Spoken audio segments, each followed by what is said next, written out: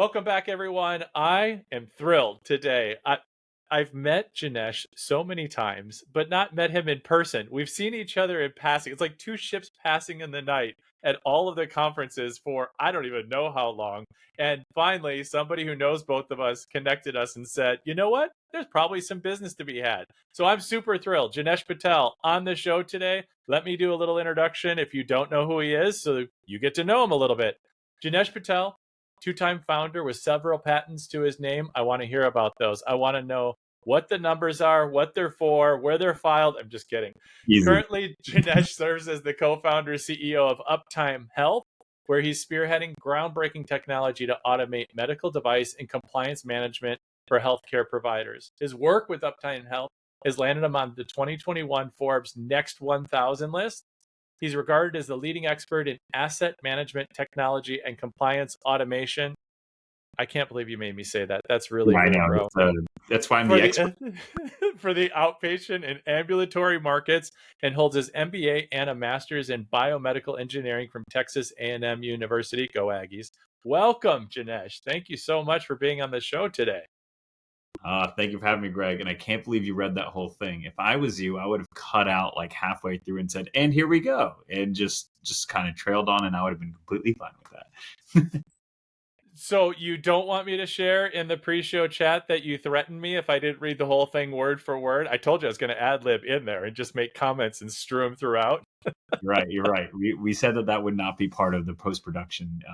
There wouldn't be any edits on that part, right? Because I told you we could if we needed to. Nope, we're doing one straight stream, and if you've got to edit it out, sorry. If you say disparaging remarks, we're going to leave it in. I'm going to hold it That's it. against you later. This is where you Absolutely. make it or break it on Greg's show. That's right. On the Two Sleuth podcast, right? This is it. Uptime Health for all those who are financially vested in Uptime Health, your entire team. A lot's riding on the next 25 to 30 minutes. So brace yourselves. There we Yeah, go. absolutely. Well, I love that you're an engineer. So my son is an engineer. So he's an industrial engineer and has his MBA. So there's a lot of similarities. So I'll just try to like channel like, how would I talk to my son? No, we probably shouldn't do that. The way I talk to my son is totally different too. So tell me a little bit about your founder story. I love hearing about how people work their way into dental because I kind of fell back into it, like the trust exercise that they do at some of the team building back in the 90s. Yes, I'm that old. So I'm curious about what's your, origin story getting into dental. Yeah, it wasn't one that was pre-planned out. I'll put it that way. When Uptime Health was first founded, we were really serving the medical community. We served urgent cares and surgical centers with compliance and asset management software, the thing that we sell in the dental today. And when we launched that, we had just raised our seed round of financing in 2019. We put that money to work. We got the product market ready by November 2019, and we started selling it. And we started getting, early days, doubling month over month. So we went from 1 to 2 to 4 to 8 kind of clients. And then right around February, towards the end of February and March kind of came around, we saw COVID take away our market. And that was the thing that really kind of pushed us to a pivot moment. We stayed in medical to either detriment or credit, whatever you want to call it. We stayed in medical for a solid year trying to figure out, was COVID ever going to end? Because there was always a peaks and valleys. And every valley we grew because people weren't going into those places and they could look to invest in technologies. And every peak we flatlined. And it just came to a point where I realized we don't know how to predict this, and we can't build a company that's reliant on investor financing in an unpredictable market. So what we did is we looked at our product and said, we help support anyone that owns medical or patient-based equipment that doesn't have an engineer or technician in-house to tell them the best ways to take care of it and keep it up and running, and that might not have, a good process in place. So we wrote these locations down, or these types of locations, and it went from like obviously urgent care and surgical, but then you had dentistry, optometry, veterinary, med spa, oncology, freestanding imaging, ER. Like the list actually got pretty long the more we thought about it. And that made us feel a little bit better. And then what we did is we said, okay, we charge on a per location basis. So let's go ahead and put the location counts next to every one of these new segments that we've identified. And dental just shot up straight to the top.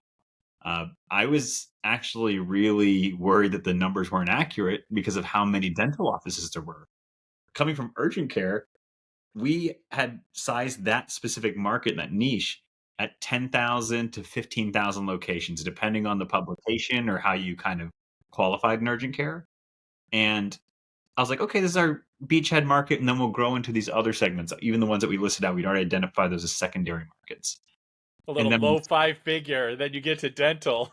yeah, and then on the surgical side, it was like 9,000. And so, these are the numbers we're used to playing with. And so when I saw like 120,000, 150,000, depending on the article I was reading, I was like, somebody's adding a zero, or I need to go quadruple verify. And then when I realized the number was accurate, I was just like, guys, this is the biggest market for us to test in.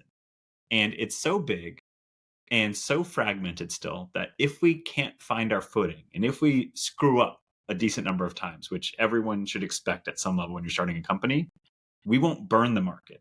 We won't burn the bridge. We won't be able to be like, you're not wanted here, go away kind of company. It's big enough where we can test ourselves out and see if we can grab footing. And that's really how we got into dentistry. And we're just lucky enough that we stuck and, we didn't have those moments of, burning the bridges on fire. It actually was a lot of early successes. And we're like, wow, this is really good. We need to keep on here. And then we decided to double down in dental, even once COVID was, subsided in a sense where the urgent cares came back online. We said, we don't care about that market as much anymore. Dental is the hyper growth market for us. Well, and to hear, I was chuckling when you talked about the pivot. Anytime I hear the word pivot, I don't care what context it's in. I always think of Friends when they're trying to get that couch On the up couch. the stair. I always go to that scene in my mind. I'm a visual person. I don't Yeah. know. Maybe it's because I'm a simpleton, at heart. I always think pivot, No, pivot. that's But probably one of you're the best scenes on TV. I'll put Oh, it out. absolutely. Well, and you had to pivot. And what I really enjoy hearing, though, is that you took such a systematic approach to it, right? List out where our business fits in with all these different verticals. And then let's list what the opportunity in each is according to number of locations. And literally, dental like hops off the whiteboard, slaps you upside the head 2 or 3 ways, and then you trust but verify, and you do. And then what you talked about too is it gives you the opportunity not to make what I don't call mistakes. I call them learning opportunities. They're only mistakes until you learn from them. And so let's rip off the Band-Aid. Let's peel off the scab a little bit and see if we can get a little bit of an open wound. Share with me, if you will, what a few of those early learning opportunities were. And the reason why I'm asking, so there's such a broad listening audience to the Tooth Sleuth podcast, right? Clinicians, clinical, those in manufacturing, but a pretty good sized part of the listening audience are entrepreneurs, right? Early stage, and even those that are some more developed, let's say. And so sharing those can be really helpful because identifying with, being a part of, if you wouldn't mind, if you feel comfortable with that. Yeah, of course. Look, I'm always somebody you can listen to anything else I've talked about or, kind of even put out there in the public sphere is I'm okay with telling people where we failed. And that way, hopefully it helps the next generation of entrepreneurs come through or learn from it so they don't make the same mistakes. I'll put it this way. There's a lot of just early moments of like egg on your face where you just ask people what would be considered dumb questions in the dental industry. And then there's just the moments of like not really knowing what you don't know until you face that problem. So one of the funnest things that I talk about, how we actually evaluated dental. So it wasn't just selecting it. It was then going to say, hey, we're Uptime Health, we're here in dentistry now. That moment was a pretty comical moment. There was a what do you call them? Not a conference, but it was like a micro conference put on by Yankee here in Boston, because I'm in Boston right now. And it was called Dental Palooza. And it happens in like the summer time frame. And an average ticket to attend is like between 25 and $100. And maybe the average attendee, maybe there's like only 1,000, 2,000. So it's like a smaller thing compared to the actual Yankee Dental Congress in the Chicago midwinters. So we were like, this is a cheap way for us to just see what's going on because it's in our backyard in Boston. So me and my first employee, his name is Brendan Morris, we go out, get a $25 admission ticket, and we just start walking around. Like we know nobody, nothing, not a vendor, not a person in sight. Little free range chickens, just, let's see what's happening in this industry. And the funniest thing is now that I'm in dentistry and realizing how close knit this community is, we must have looked insane, like a fish out of water. Like who the heck are these kids or guys that are walking through? Nobody knows them. We had like a polo on with our logos, like being a little too formal at some level. And so I think at the end of the day, we ended up going to every booth that was there, and we just asked them what they did. So because we want to know who the players are. So Industry partners. Yes, this is a great way to build relationships. well, because we were on the equipment side, we saw a group that had equipment, and we're like, let's go talk to them. And it said Patterson on the front of it, and we're like, okay, let's go talk to who this Patterson company is. So we asked them, what do you do? Like, think about Patterson on the other side of the table. And actually, the lady, her name was Christina Dion. She was the sweetest person ever, and she's still somebody that we work closely with today. She's amazing. I expect everyone to go kind of look at what she's up to now that she's not with Patterson anymore.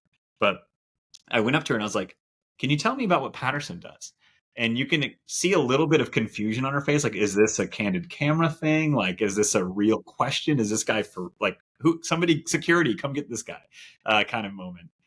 Have And you lost your way, sir? Are you in the right room, in the right yeah, and conference? she's like, well, we sell software, we sell service, we sell equipment, supplies, and they started listing this thing, and I was like, what, they really do everything? That can't be right. And so I looked at the equipment, I was like, what about this device that you have here? Like, what do you do there? She's like, well, we sell these things. And I was like, well, how do you service and manage and maintain it once it's in the office?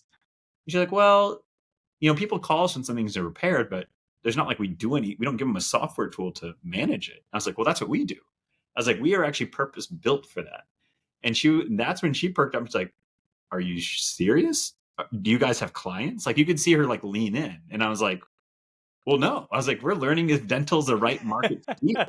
We have clients in medical, but not in dentistry. And she's like, you guys really need to talk to my leader. And because you belong in dentistry, we need this tool. And that was like an early validation. But it's like one of those moments you ask all the dumb questions and you can't be shy about it. And that's just one moment of us learning who the players were in dentistry. Then there's obviously the other things like, we started marketing compliance as being the biggest like angle because that's what we did in medical. It's not really the biggest angle in dentistry. It's more about ROI. So we learned a lot about how do you message the right way? Who do you talk to? Who even the players are? And then I spent a lot of conferences, even the bigger ones moving forward for the first year and a half. I literally went to every booth and asked everyone what they did. I never stopped that. At least not until I feel like I knew 90% of the universe. Even if I don't, but that's what I felt at the moment. It was the best thing I ever did because it got me into a lot of conversations that I probably shouldn't have been a part of. Because I was playing almost like the idiot card, which is like, forgive me. I don't know who you are. Your name is ADEC. I see chairs everywhere.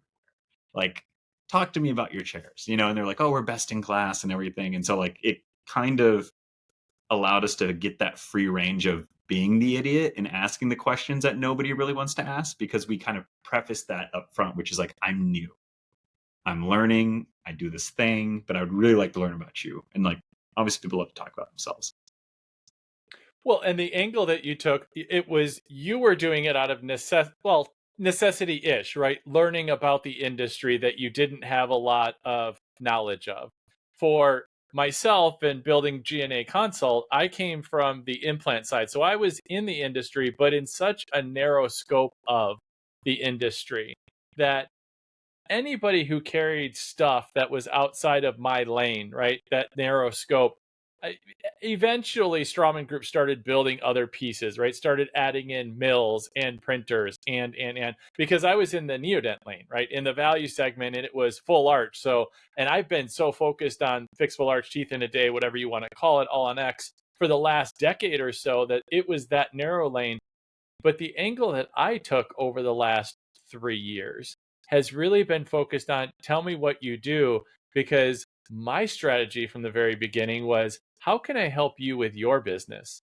Because I knew if I could help you with your business, eventually, somehow, not all of them, not every industry partner, but eventually, the philosophy at Neodent for myself and the team that I built was if I can help a clinician or a group build their business, they're going to buy more product from me. And the fidelity is going to be there because eventually my product would be commoditized. right? A value implant is going to become commoditized.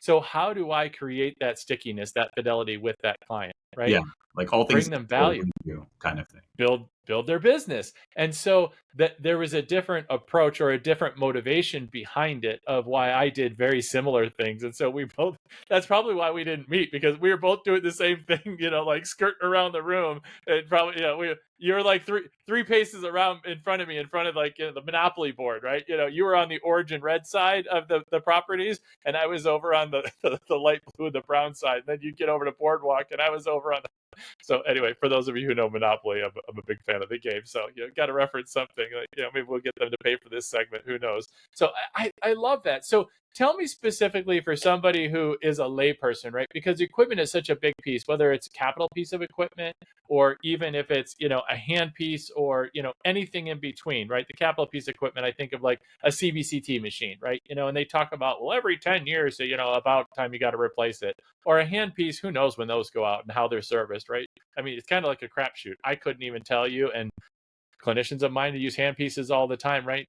In implant dentistry and of course in other dentistry. And then there's everything in between, right? The scanners, the IO scanners. Well, when should you upgrade them? Well, it seems like they're outdated every 6 months. Tell me about that learning curve, that cycle, and how you support clients of yours. And you talked about, right, your value proposition to clients and how you figured out that it wasn't compliance like it was on the medical side, but how you approached the market once you started to find footing.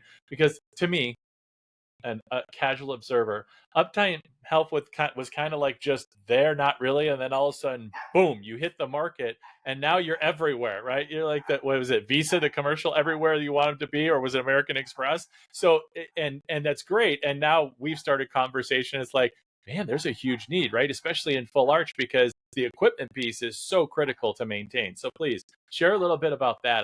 I know my listening audience wants to hear about that. Yeah, so I think, when we first got started and kind of learning the ecosphere, like one of the big things that we had to do was just understand what are the equipment that belong in a dental practice. Because we know, again, urgent care, surgical, I could tell you off just my hand, like what they are and where they are and how many they would typically have. But in the dental industry, we didn't know that. So as part of even onboarding to Uptime Health, what our software does is it helps you track your equipment, right? It tells you the make, model, serial number, where it lives in your buildings, who is responsible for that device. And you can even capture sub data points like the cost of that machine, like how much did you procure it for, the warranty end dates, the serial numbers, all of that is part of the capturable sphere of what we can do. But what we typically say is we'll send out a technician or somebody into your office to catalog everything for you. Everything from your handpiece to your CBCT. So we're talking about the chairs, the compressors, the sterilizers, and everything in between.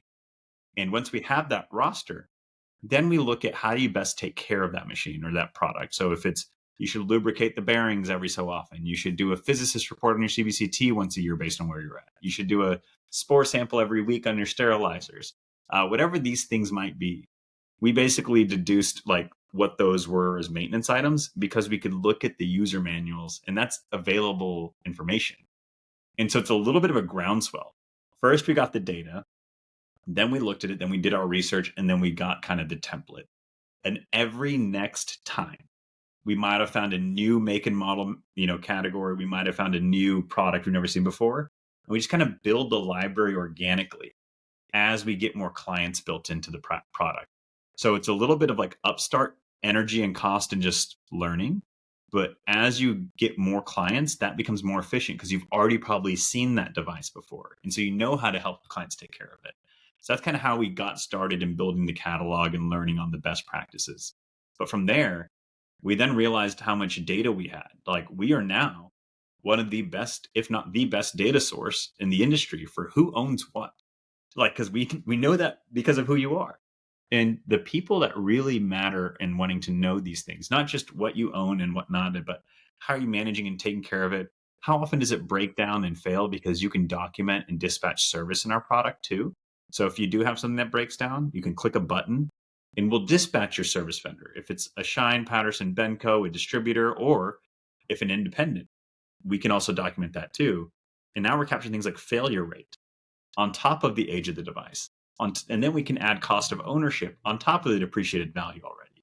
And then we can start getting really robust data sets that matter to everybody in dentistry. So you as the dentist or the office manager can see which ones of your products make less sense to own because we put this on a replacement list for you.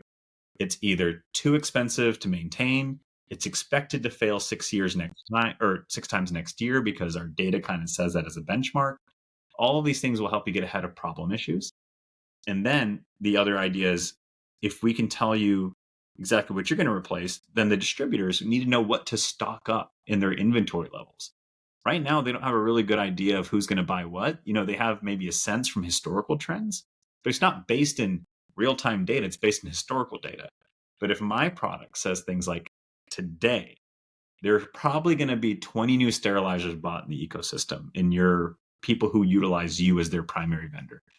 Go make sure you have at least 20 sterilizers in your stockpile that can get shipped overnight. So you guys aren't waiting these long lead times. I know that's less of a problem now that we're out of COVID, but during COVID, that was such a big problem is these lead times for new equipment.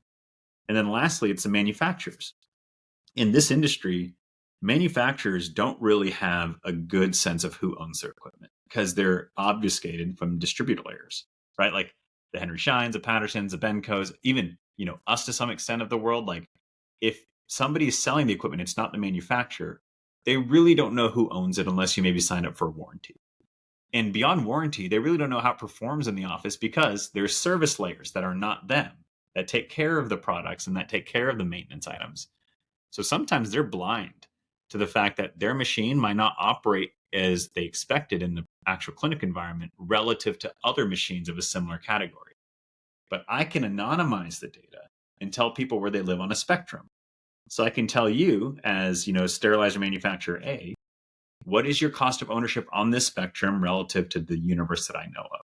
Is it high? Is it low? Because now you can go market that.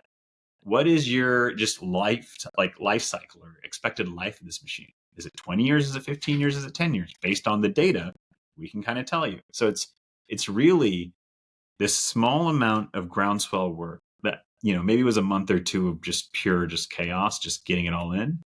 Once it starts building on itself, it's that subsequent value that creates the real multiplier for us. And I think that's anyone who's building a company, you want to make sure that whatever you're building tomorrow is more efficient than what you're building today. And does the product you're building create more value for your future product too? And if that is the case, and you have a few of these check boxes that all lead to future efficiencies, you're on to something. Keep going and do the hard work now because it's going to pay off later. Like you said, hardly saw us at the beginning because we're doing that. But once we had everything going, it's much easier to talk to us and understand what we're doing. And then we become everywhere.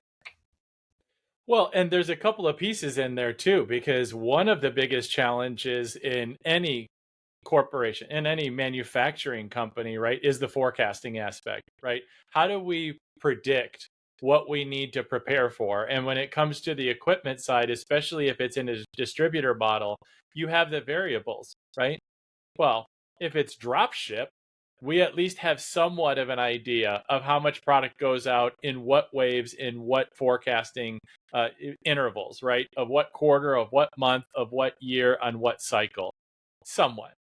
But if a lot of those companies, I mean, we could go right down the list of experience that I have, which again is more tertiary, it's not direct, but the whole, we really want to move X amount of product because we have quotas to fill. So if you take on, right, in stock to any number of distributors and take that stock and hold it, we'll give you a nice little discount. And then you can figure out how to sell those to your customers that are your direct customers.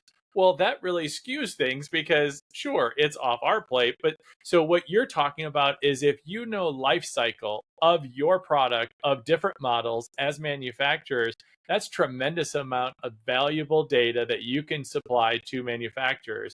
And then when you're talking about end consumers, which is the practices themselves of the groups of the DSOs and understanding life cycles, then they can forecast cash flow. They can forecast CapEx. They can start forecasting all of that. It's the parallel I draw for us at G&A Consult is there's really predictable numbers that you can look at. Sure, there's variance when it comes to leads and how much a lead costs and how much a click costs on Google Ads and Meta and all the different platforms. But there's some pretty serious consistencies that you can look at across the boards, even with variances with geography and competition. Why are some winning and some not? Well, it really comes down to the people.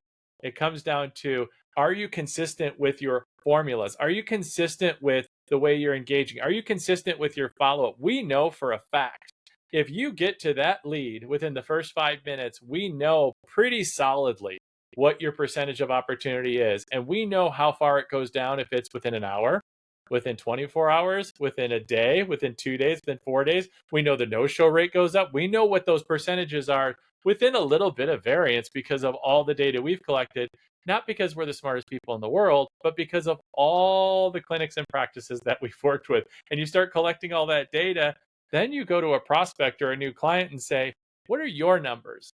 If they're tracking them, show me your numbers. This is where you can and should be. And you start to bring that data to a prospective client, whatever the case may be, and it's good in data. It's not empirical data. It's not, well, we think it should be, but you show them data from all your other clients, right? As you're talking about all this data you've compiled, and then you know you can deliver on it. That is invaluable. I love that for sure. All right, Jinesh, here's part of the program. Every one of my clients play.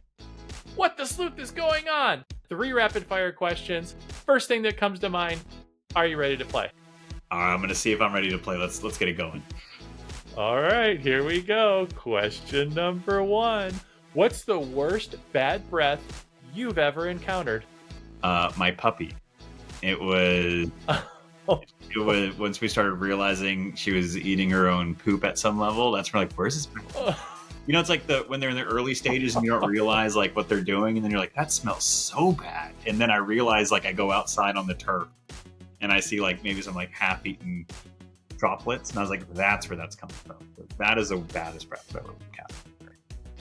Wow. Okay, that's next level right there. All right, I like it. Now I know why you said what brings you the most joy is good company. I mean, stories like that, that's just good company right there. All right, question number 2. If you could change one thing about your smile, what would it be? I would like it to be a little more wider. I think, you know, my smile feels white, you know, because I have dark complexion, so relatively, but when I look in the mirror, I can see like little yellow stains, and I really don't like that. So I was like, I would like there to be more consistency on like at least the coloring of the smile.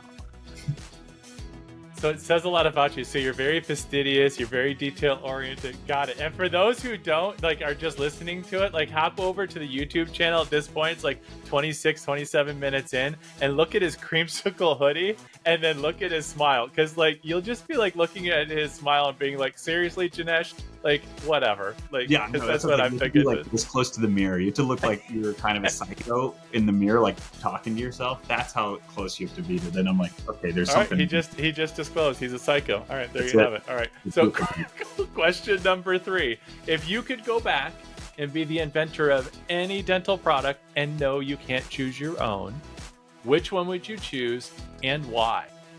Oh my goodness, that's a great question. Is a toothbrush a dental? Like, that's a dental product, right? I would do that. It sure is. Because everyone has a toothbrush. So, like, imagine being the inventor of the thing every human on Earth uses. Like, there's not another product that I can think of. You know, because you only have glasses if you have bad vision. You only have, you know, like, there's certain things that you only do with certain, like, with certain kinds of complications. But everyone has teeth and everyone brushes them. So it's like, I think that would be super cool to invent that. So the first thing that I thought of, Jinesh, I just want to share this with you. When you said everybody, you know, toothbrush, I thought of my daughter-in-law who just did a mission trip down to Honduras. And thank you to everybody who's listening that contributed dental products to that trip. And she sent back pictures, and it's up on all the socials, you know, feel free to go and look. But there are some people that don't have toothbrushes, and there was some like 6-8-year-old kids that had never brushed their teeth before.